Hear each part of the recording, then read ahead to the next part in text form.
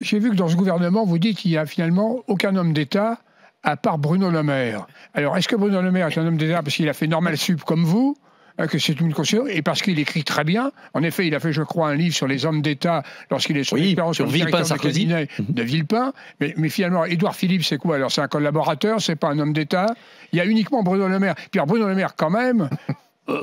homme d'État, on a vu quand même, il s'est effondré dans la primaire de la droite. Oui, mais homme d'État, c'est pas forcément être un bon homme politique. Moi, je pense que Bruno Le Maire, et il s'est effondré dans la primaire de la droite, n'est pas forcément adapté à notre époque. Il aurait sans doute connu un plus glorieux destin s'il était arrivé au début de la Ve République. Il a un côté Pompidou.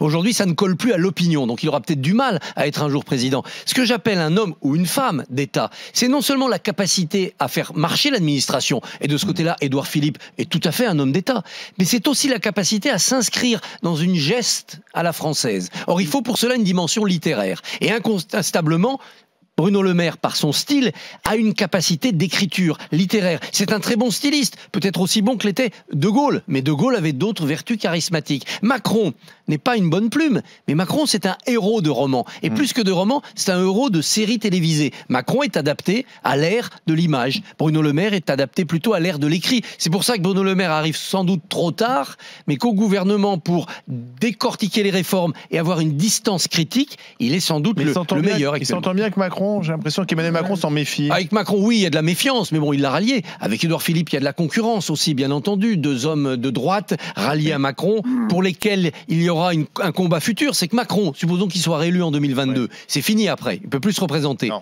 Donc les dauphins vont devenir des requins, et l'avenir du macronisme, ça sera la bataille entre tous ceux qui auront brûlé leur vaisseau pour servir Macron. Mais on n'en est pas là.